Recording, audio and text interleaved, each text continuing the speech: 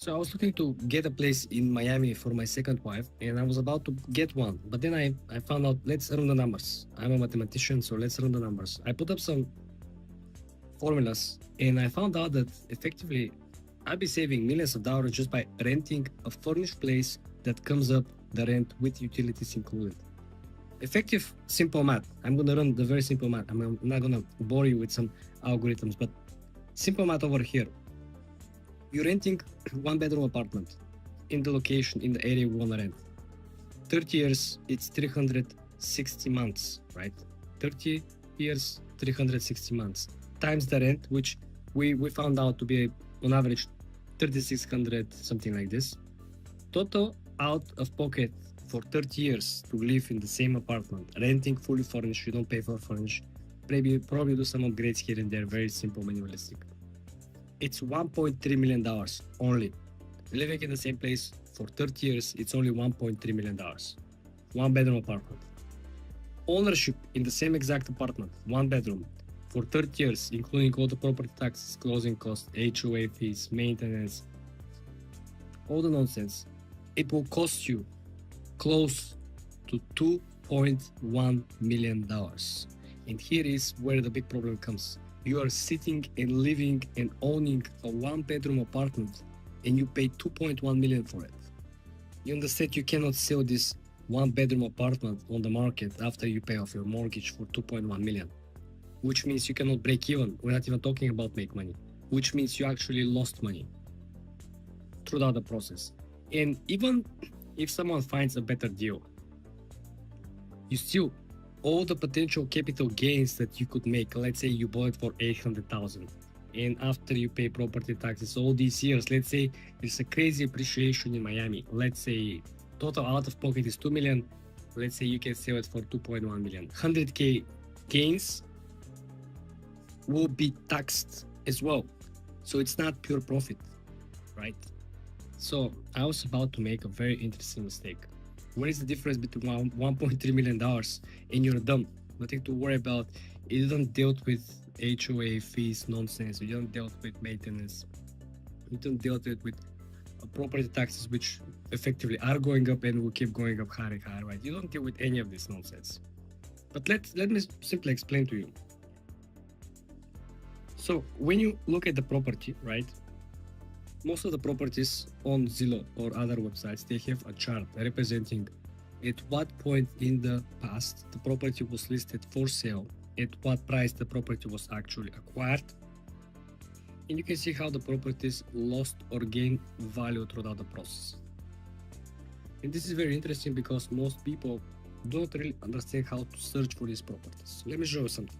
I guess it is time somebody to say the truth about the real estate, right? Why, for example, I always rent, even though I can actually buy where I live, but I don't want to. Why? Very easily, I'm gonna simplify the mechanics and the numbers behind this. Once when you understand the math behind it, it will change your overview about owning any residential real estate. Let me ask you this. Would you rather spend $600,000 and live in 10 years in the same apartment and invest $400,000 on the side in crypto or stock market, or you rather buy $1 million apartment right now?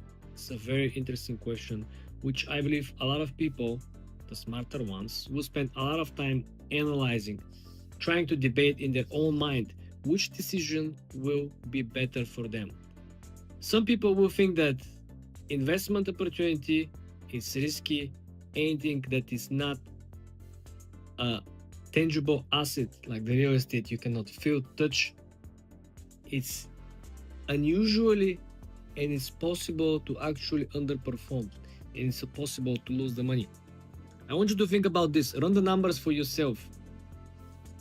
10 years, $60,000 per year, which is $5,000 a month. You're renting it, you live 10 years in this very nice apartment. $5,000 includes everything from internet, utility bills, whatever. But after 10 years, you can move. You spend $600,000 to live in this apartment, but you invest the remaining $400K.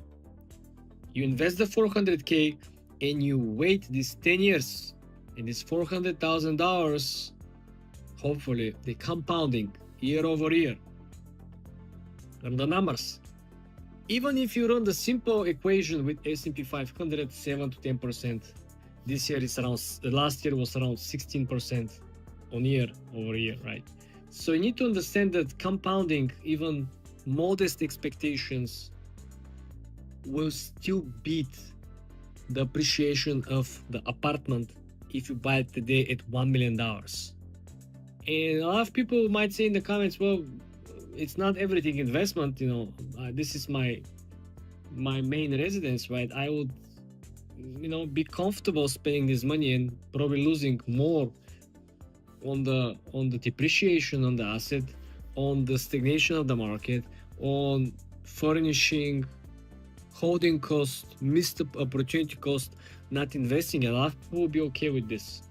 Not if you realize that after 10 years, your cost will not be 1 million that you purchase price the property for, but you have to add annual property taxes, annual HOA fees, annual city tax, annual renovations, mortgage, insurance on the mortgage, interest on the mortgage, right? You need to adjust all these expenses for the same duration of 10 years. You maybe end up of holding $1.8, $1.9 million out of pocket, but the property still is valued at $1 million. In 10 years, there could be a small, modest appreciation, probably, if you are lucky, $150,000, $200,000, which if you sell it for, it still will be eaten out by the broker who is selling the apartment for you on your behalf. So this is why I want you to learn the simple math. Stop listening to the voices. Just don't let anyone to follow you on ideas. Don't get me wrong, sometimes there are deals that are no-brainer. If you do not have an HOA fee, if you buy a real estate which an actual land underneath worth more than actual construction, if you can buy the property in state where there is a very little property tax, if you actually buy a property in area which every single year has seen a substantial increase, this is also very, very interesting aspect to look into. Remember, when you look at real estate, being residential, commercial, you need to understand the cost associated with. You have holding cost, how much it costs you to own it, to maintain it. And then you have to look at the maintenance, then you have to look at the opportunity cost, which is what else I could have done with this money versus putting them or locking them up with the actual property. And like I said, when you own it, on the way in, you pay a lot of money through the process, broker, dealers, middlemen, paperwork, etc. Right? On the way out, you still pay a lot of money. You pay the broker fees, closing costs, sometimes depending of the state, paperwork, deeds, transfers, lawyers, notary, right? All these things, you're always charged. Like the transactions that are appearing, you never win. It's you barely can win unless you're a person who actually flips real estate, buys complete garbage, very bad condition in a very bad areas, buy something for 50K, fixing it for like 10, 15K and selling it for 100, making 25, 30, paying the taxes 5, 7K and being left with around 20K profits. It has to flip 5 of these to make $10,000 a month or profit. I'm talking about actual profit after taxes so on. But it's too much work for very little profit. This is why I'm leaving you with the idea that you can always do the simple math, something that everyone knows. You know, you just do the segregation study, you understand all the different places where you have to spend money to keep the property, to acquire the property, to sell the property. And then when you draw the line, you could see, okay, this is the best case scenario, and this is the worst case scenario. Best case, how much this property could appreciate in 10 years. And then it's easy. You can go on Zillow and find apartments or houses in your area. And Zillow has small chart, small graph.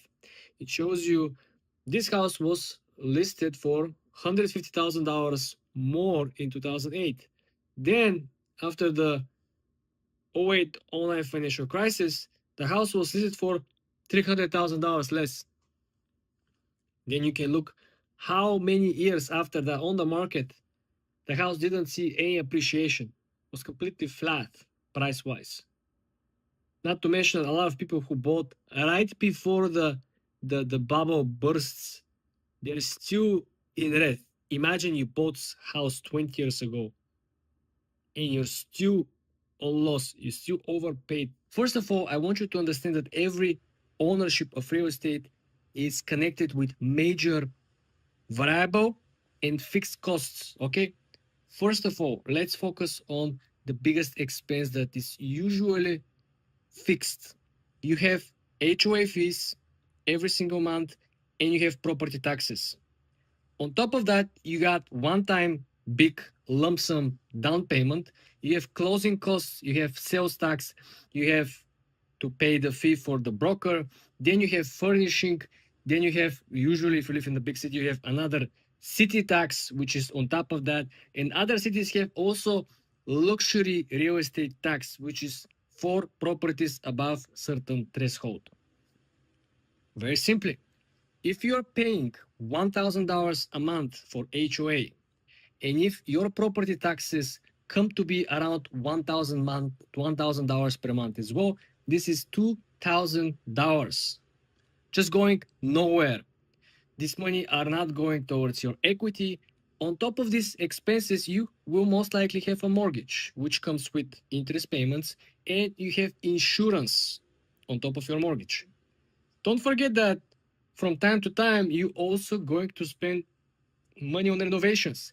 Things in your house will break, and you're going to be the one that is in charge with fixing them, finding person to fix them, make an appointment, wait for this person to come over and fix them, check what they fix, pay them. Let's presume that you, instead of buying this very same property, you rent it out.